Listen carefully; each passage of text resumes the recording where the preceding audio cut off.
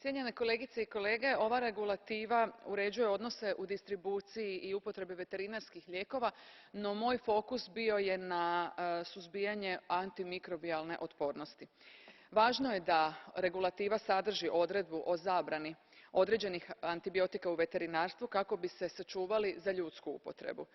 No, da bi to imalo smisla, ona mora biti retroaktivna, dakle uključivati obvezu povlačenja s tržišta onih rezervnih antibiotika koji su već u prodaji.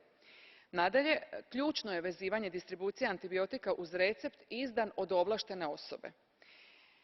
Isto tako, kako bi se spriječile moguće zloupotrebe, u interesu javnog zdravlja je da se zabrani online prodaja antibiotika.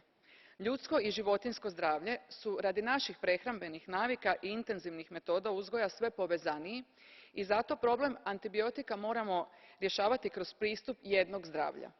Zvona na uzbunu već odavno zvone i buduće generacije će se možda pitati je li moguće da smo zbog profita upropastili jedno od najvećih dostignuća u medicinskoj znanosti.